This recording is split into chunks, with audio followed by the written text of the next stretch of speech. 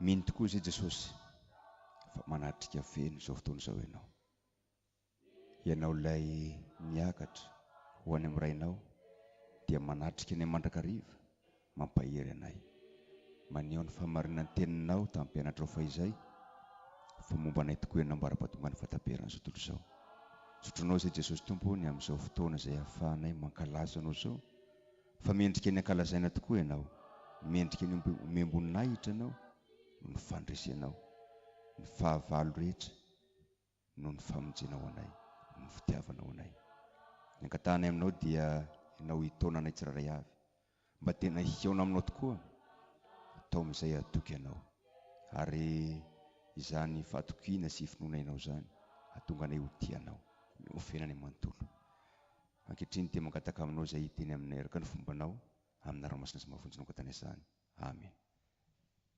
Ampifaliana ry havana ny arabanantsika rehetra hatratr'izao andro niakarana izao. Ny andro niakarana dia fotoana izay ahatsiarovantsika ny niakaran'i Jesosy any an-danitra. Fotoan-dehibe izany, na dia somary tsy dia malaza loatra aza ho antsika loterana.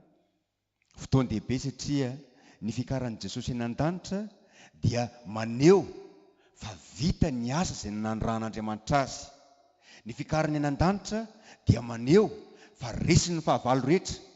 Ny fikarany any an-danitra ihany koa zava-dehibe satria Jesosy miakatra ho any an-danitra dia nilaza tamin'ny mpianany fa manomana fitoerana ho azy ireo izy, ary nambarany fa raha tsy hiakatra any an-danitra izy dia tsy afaka haniraka amintsika ny fanahy masina. Ny fanahy masina izay mitondra antsika hino izany famonjena izany. Ny fanahy masina izay mitondra antsika hitoetra amin'izany famonjena izany. Ny fanahy masina izay mitondra antsika ihany koa hizara izany famonjena izany. Io izany dia zava-dehibe ny fikaran'i Jesosy any an-danitra, ary miarabanao manokana tonga manome voninahitra an'Andriamanitra amin'izao andro fikarana izao. Ny ten'Andriamanitra izay anjarantsika amin'ity maraina ity dia hitantsika ao amin'ny filazantsara araka Jaona 7:20, andininy 4:20 ka hatramin'ny 4:20 ihany. Jaona 7:20, andininy 4:20 ka hatramin'ny 4:20 ihany. Toy izao ny vakan'izany amin'ny ran'i Jesosy. Hoy Jesosy: raha io tiako mba ho any amiko amin'izay toerako ireo izay nomena ho ahy. Mba hita ny voninahitry nomena ho ahy izy, fa efa ty ahy ianao, fony tsy mbola ary ny fandroenana izao tontolo izao. Ray marina, tsy nahalalanao izao tontolo izao, fa izaho nahalalanao, ary reto efa malala fa ianao naniraka ahy. Ary efa nampahafantarako azy ny anaranao, ary mbola ampahafantariko ihany mba ho ao aminy ny fitiavana izay nitiavanao ahy, ary izaho koa ho ao aminy. Ray masino, manamasinana amin'ny fahamarinana, ny teninao ny fahamarinana. Amen. Ry fiangonana malala ho aminareo mandrakariva ny fiadana sy ny fahasoavana avy amin'Andriamanitra raintsika sy Jesosy Kristy Tompo. Amen.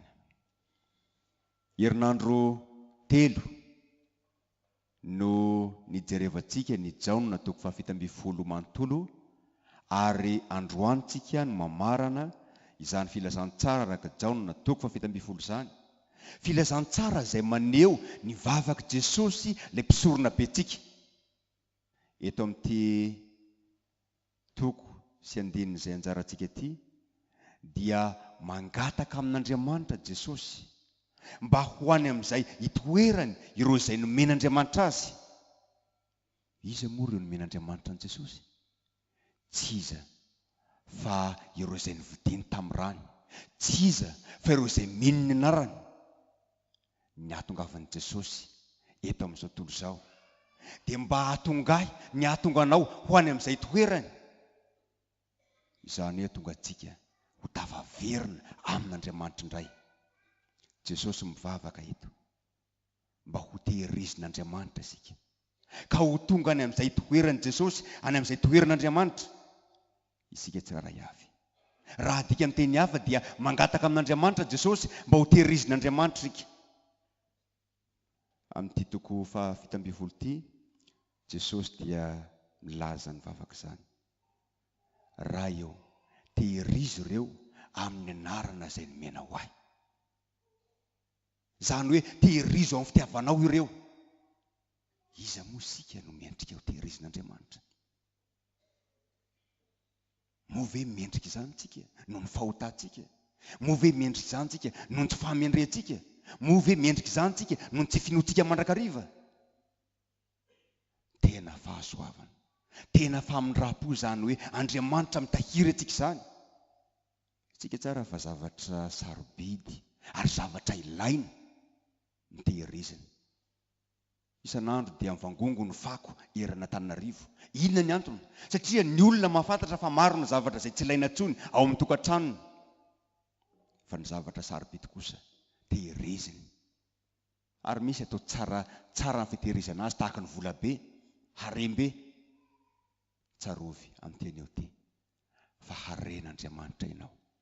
Haren'Andriamanitra ianao satria novidiny lafo, novidiny tamin'ny rano Jesosy. Haren'Andriamanitra ianao satria zanany.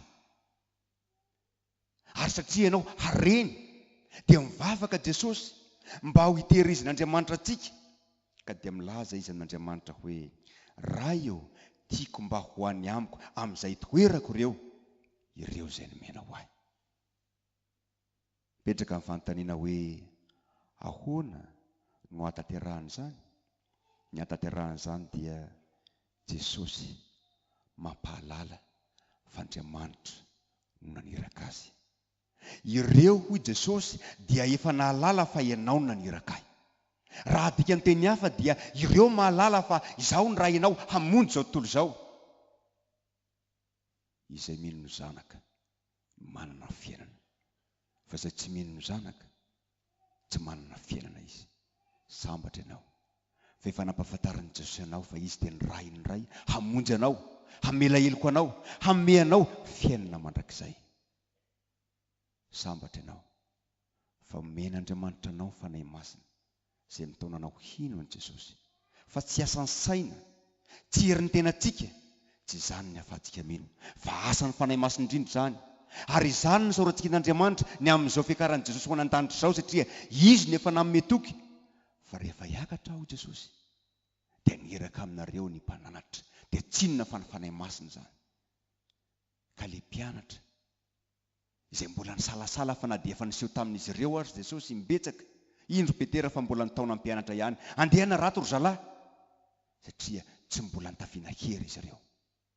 Ny mpianatra izay indro fa natahotra ny orooro ka niafina ny Jiosy no sahy nijoro ankalamanjana ka nanambara fa Jesosy no Kristy.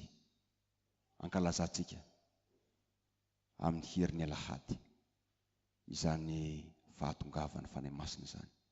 Fanahy masina izay nomena ny mpianatra fahizay kanefa nomenanao ihany koa teo amin'ny batisa mba hahatonga anao hino an' Jesosy, mba hahatonga anao hibebaka amin'ny fahotanao, mba hahatonga anao hitoetra mandrakariva eo amin'Andriamanitra.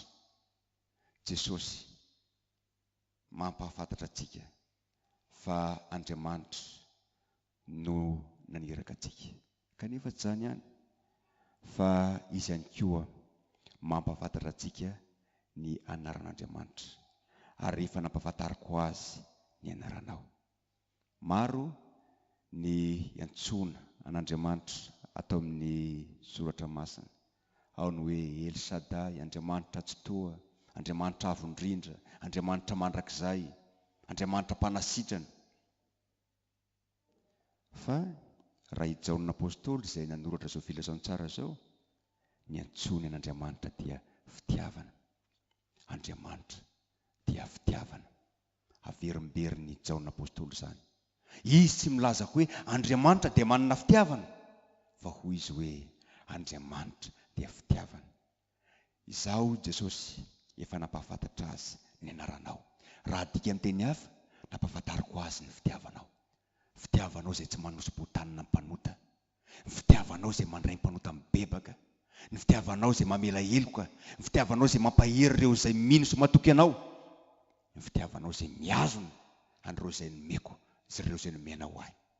Efa nampahafantariko azy ny anaranao ary mbola ampahafantariko azy ihany. Hoy Jesosy eto. Mahafantatra n'Andriamanitra ianao. Mahafantatra ny fitiavana ianao. izany dia no Jesosy mampafantatra anao azy. Ary tsy mitsahatra Jesosy mampafantatra ny anaran'Andriamanitra aminao, ny anjaranao dia miaino zany teny fitiavana zany. Fa maro no feo izay henontsika, feo eto amin'izao tontolo izao izay mitaona antsika tsy hahafantatra an'Andriamanitra. Enona dia ny feon'ny fieritreretantsika azy, feon'ny nofontsika marimarina kokoa, mitaona antsika tsy hahatoky an'Andriamanitra, tsy hahafantatra an'Andriamanitra.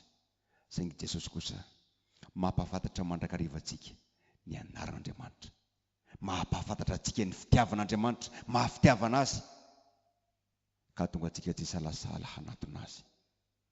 Satria misy fotoana misalasala antsika hoe movy aho mendrika an'Andriamanitra, movy aho mendrika an'i Jesosy. Io tahaka nambaran'i Petera tamin'ny fotoan'andro, fa rehefa niantso azy Jesosy teo am-panaratona dia hoy Petera tamin'i Jesosy hoe miala amiko fa olomeloko aho. Saingy ny adala amin'izao tontolo izao no fidian'Andriamanitra hampamenatra ny endry, ny malemy amin'izao tontolo izao no fidian'Andriamanitra hampamenatra ny mahery, mba tsy hisy nofo afaka irehareha, fa zay irehareha dia ho irehareha amin'izao hoy Paoly apôstôly dia ny fahalalany an'i Jehova. Fahalalany fa Andriamanitra fitiavana. Ka izany fitiavan'Andriamanitra no mahatonga azy mandray atsika, izany fitiavan'Andriamanitra no mahatonga azy manamarina atsika, izany fitiavan'Andriamanitra no mahatonga azy mitahiry atsika.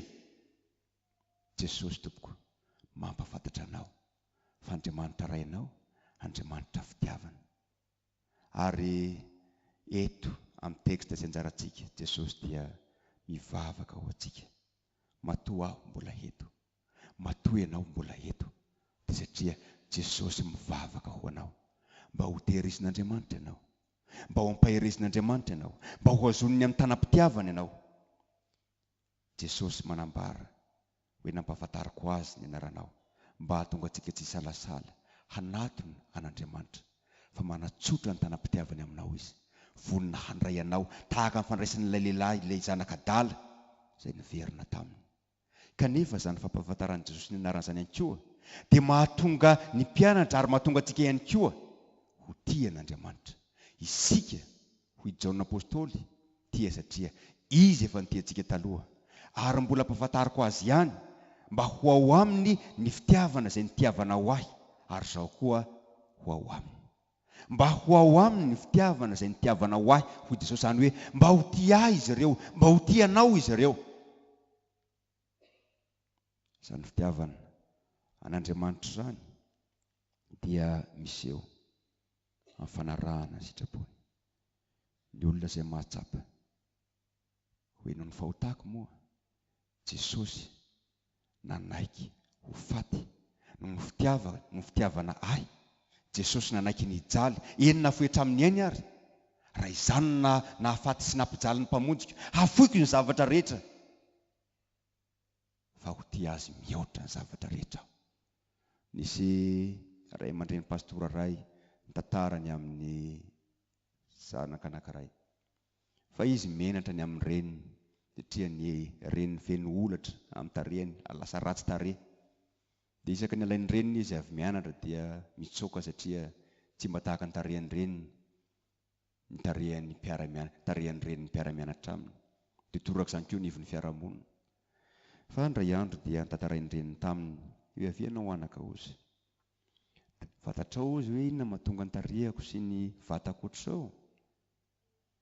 Ndray andro tany Antsaho, satria natory ianao dia mba naroatra aho, nanao asa tany, nanasa lamba tany.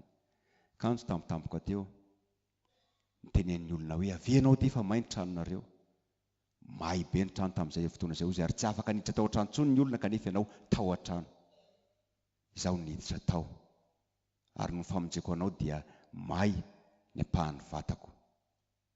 Nanomboka teo dia tonga saina ilay tovolahy, ka dia nitian'ny reniny izy, tsy tahaka ny teo aloha intsony.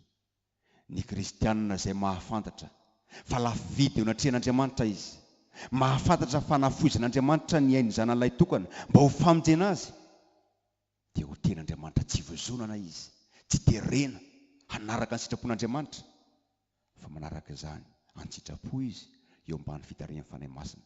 Hoy aho eo ambany fitarian'ny fanahy masina, satria ny nofontsika dia mandrivotra antsika mandrakariva tsy hanao ny sitrapon'Andriamanitra, fanao ny daniny kipitsika saingy ny fanahy masina izay ankalazantsika amin'ny andro pentekosta mitaona antsika tsy aina izany intsony fa tonga olom-baovao sika araka ny tenin'ny Paoly apôstôly hoe raha misy olona ao Kristy dia olom-baovao izy, efa lasa ny zavatra taloha, efa nidiovina ianao, aoka ianao tsy verina amin'izany fahalitono izany intsony.